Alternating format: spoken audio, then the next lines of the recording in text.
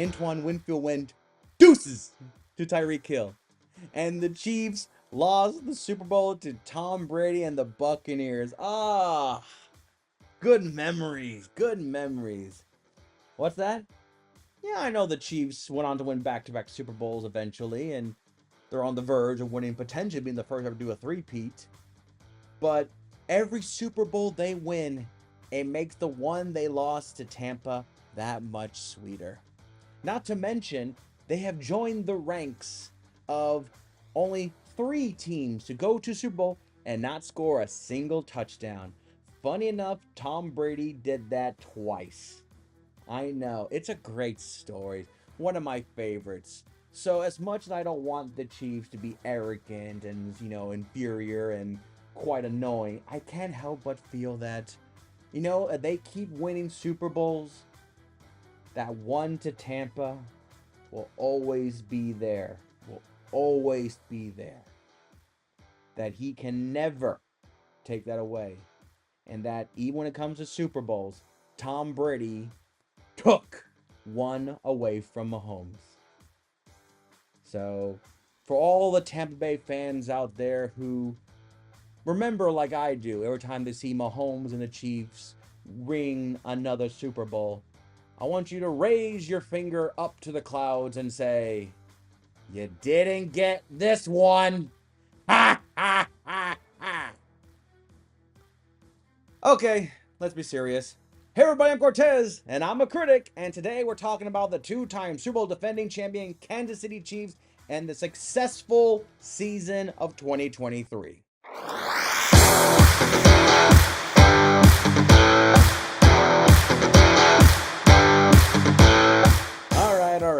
Alright. Fun and games are over.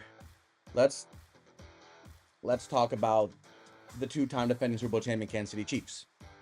The Chiefs won the Super Bowl. Did I have the Chiefs in my prediction? I think I said before, I think I had Cincinnati and San Francisco in the Super Bowl. When the season started, I had that initially because I thought Joe Burrow and the Bengals will be, right as rain, ready to go. I think the Bills will disappoint again. But I felt like this would be the year the Chiefs would lose the divisional round and probably not make it. And as the season went on, there was that sense of they're winning, but something's a little off. They were winning with defense. So it's hard for me to root against them when they're winning with the position I played, defense. And I'm like, so it was hard for me to be like, the Chiefs lost. Yes! The defense dominated. That's nice to hear too.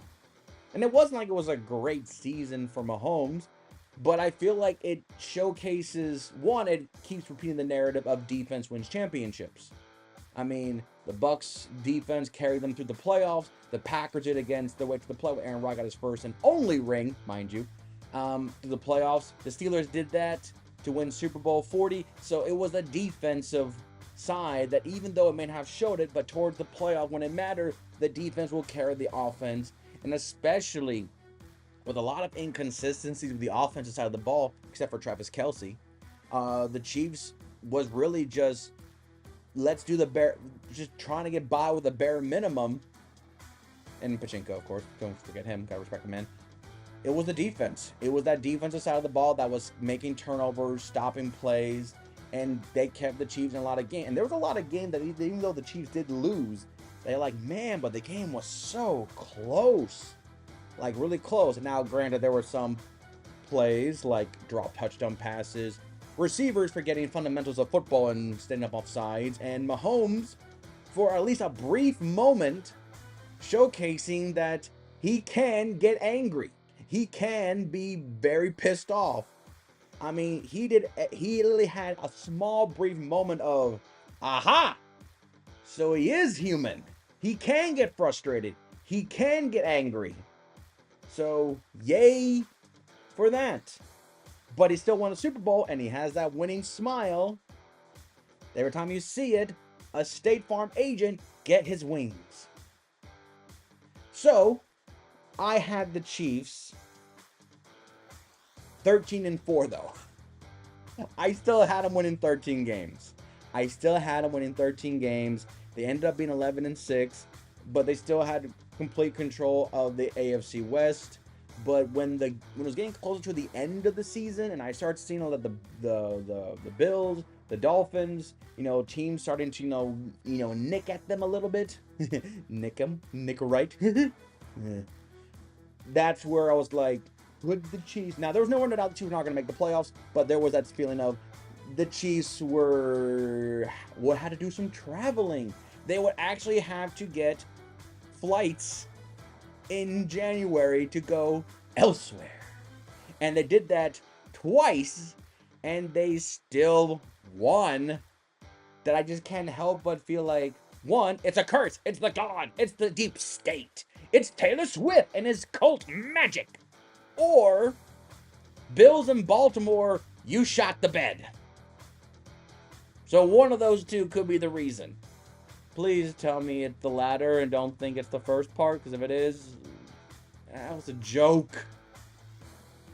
So, your Chiefs' best game, and the thing is, I mean, look at the season of the Chiefs.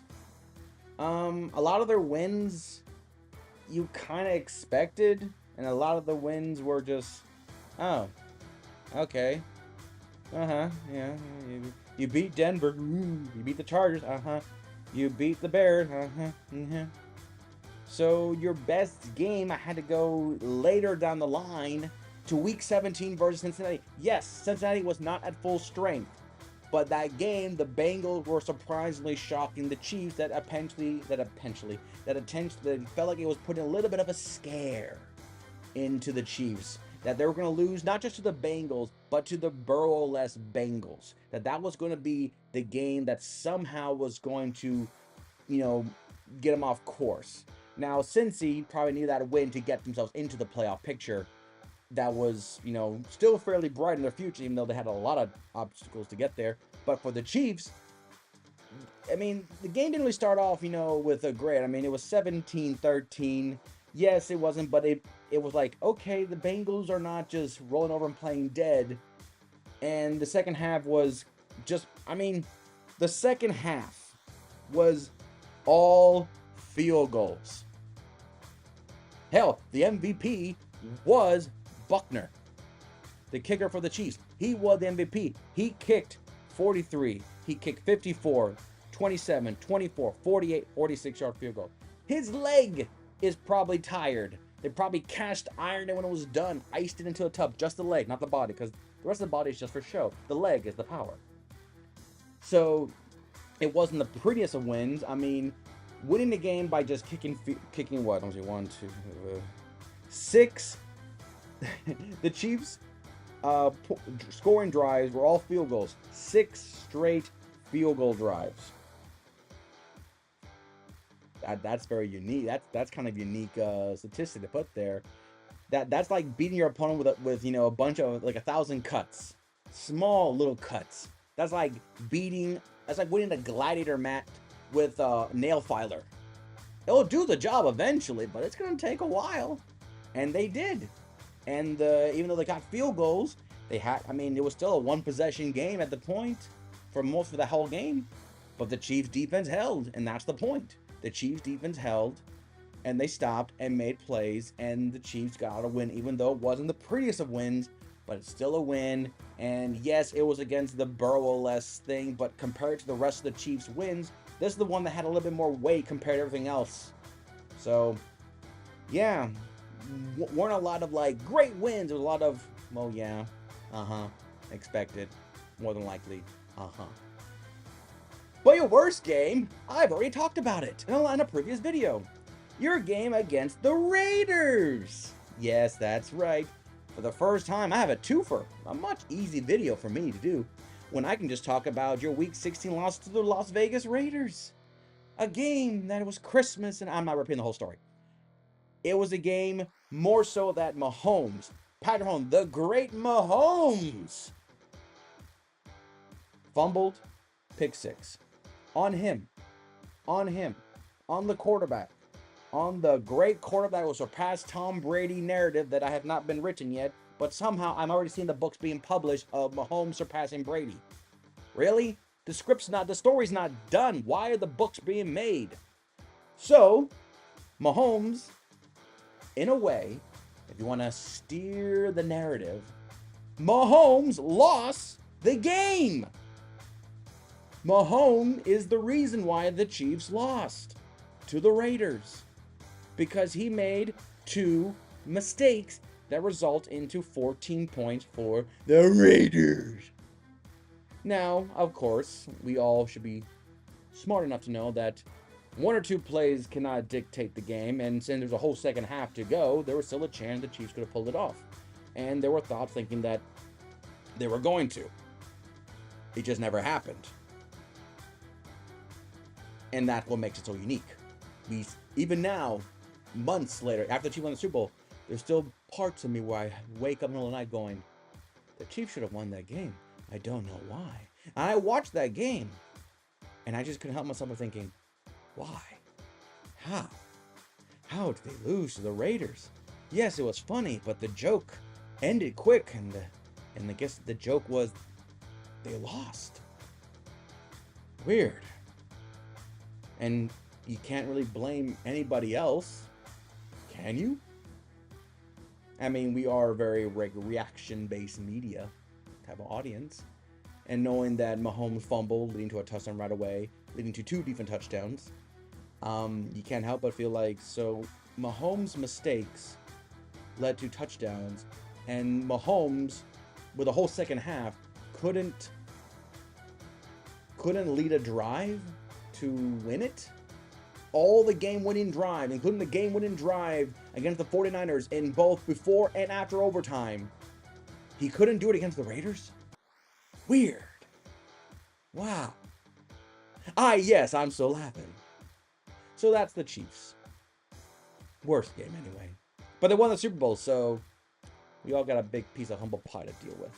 MVP for the Chiefs is a surprise. I did say that the Chiefs were led by defense. And I feel like the face of the defense is obvious, even though his stats do not say it, but I feel like his presence did. And presence sadly cannot count to stats. And that's Chris Jones, defensive tackle for the Chiefs. He got his money. He got his big money this year. They couldn't keep Snead, sadly. But Chris Jones got his big money, and he got his money that he proved he was worth every dollar, every cent of it this year. Yes, he had 10.5 sacks. He was one of the leading sackers in the team, but it was his presence. There were multiple times, hell, you can just watch the Super Bowl, you can tell that Chris Jones just getting within the vicinity of the quarterbacks, causing them to throw bad passes that could have determined the depiction of the game. Very similar to how Aaron Donald, I felt like, was probably the MVP for the Rams in their Super Bowl because of his presence and his sacks, of course. But Chris Jones was a phantom. When you see that big number 95 in the lineup, and then once he gets that, that rush, once he gets in that pocket space, it changes the whole chemistry of receiver, quarterback, running back, blocking, timing, everything. It's already cut in half, if not already cut in half, from the potential blitz of other players. And since Chris Jones taking so much of the attention away, you have other defensive players that are doing phenomenal work to make up for the fact that all I do is beat one man, and Chris Jones had to beat 2 men, and he still makes enough play to just scare the quarterback. Hell, Chris Jones just playing tag. He just rushed the passer, and if he touches the shoulder, hell, that might just be like win,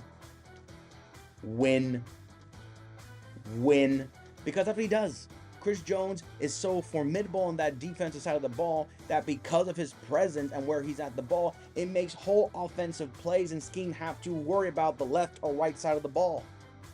And since he's so versatile on the edge and inside, wherever he goes, he can open a hole for a blitzing linebacker. He can crash down the side and have the safety come up and make a sack. He is that formidable that I believe he is the reason why the Chiefs won this Super Bowl this year. Not so much Travis Kelce, not so much Mahomes, and definitely not because of Taylor Swift. It's because of Chris Jones and that defense, and Chris Jones being paid exactly what he is worth.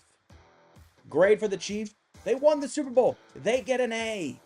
They dominated. Not really. They won the regular season. They won the division. I can't count playoffs and I can't count Super Bowls, but they get an A. They were exactly what we thought they were. Yes, it wasn't pretty, but they still adapted. Good teams adapt and find ways to win. So to me, that's why they get an A. And that's the Chiefs. And that's the whole videos. We're done. Good news. The draft. I will be doing all 32 team draft reviews when the draft ends and when I organize everything. So I am not done. And this has been fun doing these videos. I did this for fun, and those of you that watch, thank you. This is fun for me. I will go as far as the path takes me, and if it's more of these videos, I'll keep doing it. I have plenty of topics to talk about, and this is fun. And maybe one day I'll tell you what I really do behind doing these videos. Maybe. Secrets. Until then, thank you again. I'm Cortez, and I'm a critic, and thank you very much for watching these recaps.